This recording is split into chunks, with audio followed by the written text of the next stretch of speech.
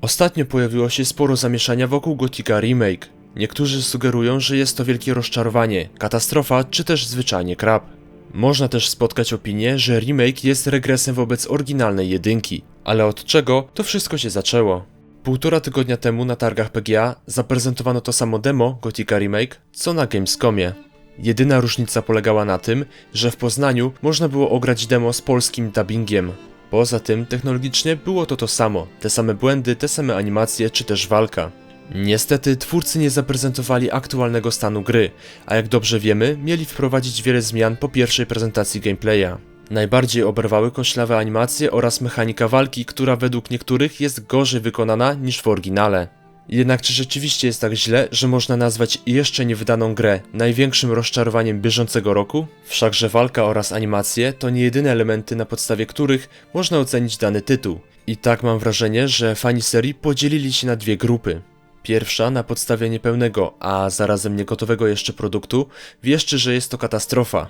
Jak mówiłem, biorą pod uwagę wyłącznie animacje oraz walkę, całkowicie ignorując to, czy lore będzie spójne, rozbudowane, czy nowe elementy będą mieć ten gotikowy klimat. Druga zdaje się, że całkowicie ignoruje bolączki remake'u, a nawet jest w stanie uznać je za atut. Pewnie nie jeden raz już usłyszeliście, że Gothic jest drewniany, a pokraczne animacje i toporność to elementy nieodzowne tej serii, a bez nich Gothic nie byłby tym samym Gothiciem.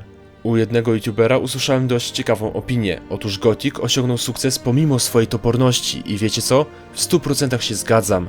Jedynka ma ciekawą fabułę, niepowtarzalną stylistykę i dość oryginalny klimat.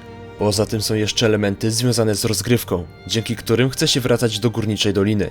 To właśnie regrywalność sprawia, że w dwa pierwsze Gothiki nadal gra dość sporo ludzi. Pomimo tego, że gry mają już ponad 20 lat i są mocno archaiczne. Zatem jak widzicie, na to czy Gothic Remake odniesie sukces składa się zdecydowanie więcej czynników niż tylko sama walka czy animacje. I jednak nie możemy zapominać, że w dwóch pierwszych częściach walki jest bardzo dużo. Wiele misji, czy to z głównego wątku fabularnego, czy też pobocznych, wymaga stoczenia pojedynków. Choć początkowo mechanika walki mogła się wydawać dość toporna i nieprzyjemna, tak z czasem można było się jej nauczyć. I nawet na pierwszym poziomie spokojnie można było pokonać ludzkich przeciwników czy jakieś mniejsze bestie.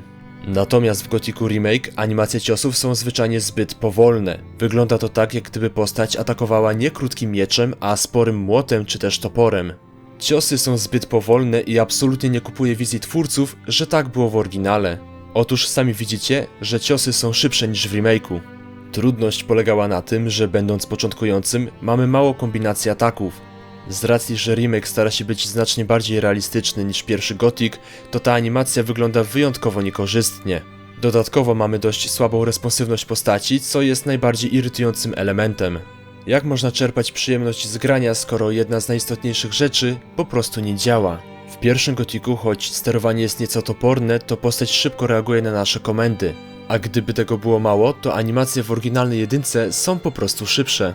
Warto też wspomnieć o źle wyglądającej animacji biegu oraz chodzenia. Mam takie wrażenie, że niektóre animacje przeskakują między sobą, przez co wydają się niezbyt płynne. Postać w nienaturalny sposób rozpoczyna chód oraz bieg. Wydaje mi się, że twórcy próbowali połączyć animacje z Red Deada 2 i oryginalnego Gothica, ale po drodze zwyczajnie się wywalili.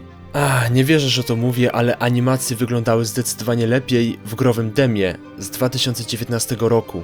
Jak widzicie, postać dość żwawo reaguje na nasze komendy. Jak ma biec szybko, to biegnie, jak ma iść, to zwyczajnie idzie.